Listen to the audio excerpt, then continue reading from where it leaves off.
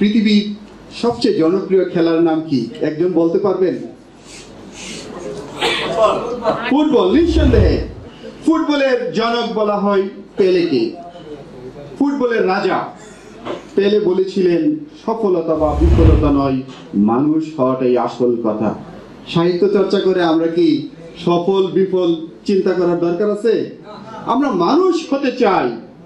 আসলে মানুষ হতে কি পেরেছি? আমার নিজেকে যখন প্রশ্ন করি, ডক্টর এস এম শাহনূর কি মানুষ হতে পেরেছে?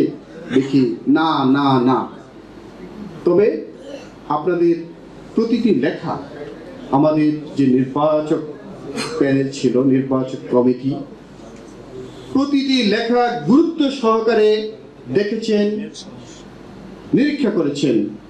আপনারা নিশ্চিত থাকেন, আজকে যারা প্রথম দ্বিতীয় তৃতীয় হতে পারেননি, কোনো দুঃখ নেই, কোনো ক্ষোভ নেবেন না। আপনারা সবাই প্রথম দ্বিতীয় এবং তৃতীয় হয়েছেন।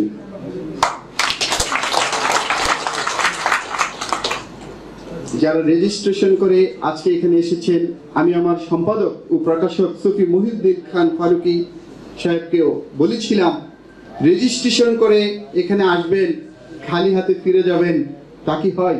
সবার জন্য ঐশী বাংলা সাহিত্য সম্মাননার ব্যবস্থা আমরা রেখেছি।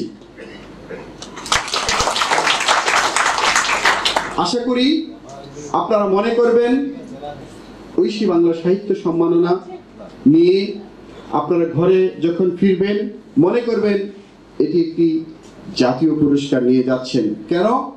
বাংলাদেশে যে কয়টি জাতীয় পত্রিকা আছে, কেউ কিন্তু সাহিত্যের দাবিদারি করছে না। আমরা এই প্রথম বলতে পারি, জাতীয় দৈনিক ঐশী বাংলা সাহিত্যের দাবিদারি করি, কারণ আমরা জানি সাহিত্যিকদের মূল্যায়ন করলে একদিন দেশ এগিয়ে যাবে, আমরা হব উন্নত সমৃদ্ধ জাতি।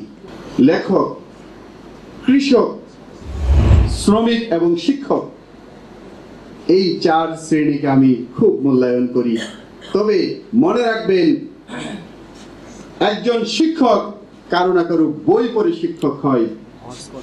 মনে রাখবেন, একজন কৃষক আপনার আমার অন্যের সংস্থান করে থাকেন। একজন শ্রমিক, আজকে যে আমি সুন্দর জামা পরে এসেছি, আপনি যে সুন্দর জামা পরে আমার সামনে বসে আছেন, একজন শ্রমিকের অবদান।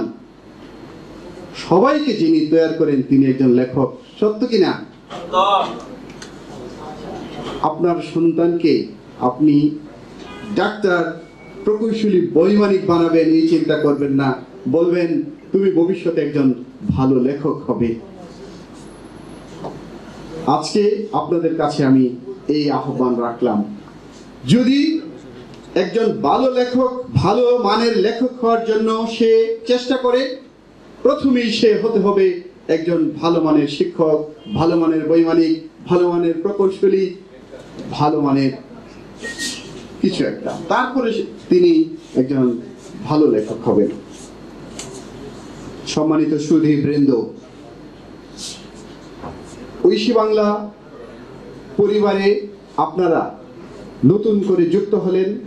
আপনাদের বলার সুযোগ নেই যে আমি এই পরিবারের সদস্য নই। আমরা আপনাদেরকে আপন করে নিলাম। আজকে যে সকল গুণী অতিথিবৃন্দ ইতিমধ্যে উপস্থিত হয়েছেন এবং উপস্থিত হবেন, সকলের জন্য শুভ কামনা রইল। বাংলা সাহিত্য এগিয়ে চলছে, এগিয়ে যাচ্ছে এবং ঐশী বাংলা পত্রিকার মাধ্যমে বাংলা সাহিত্য আরও এগিয়ে যাবে এই প্রত্যাশা ব্যক্ত করছি। সেই সাথে সকলের সুখ ও শান্তি কামনা করছি। মহান আল্লাহ আমাদের সকলকে ভালো রাখুন, মঙ্গল আলোয় ভরে উঠুক আমাদের পৃথিবী। ধন্যবাদ সকলকে।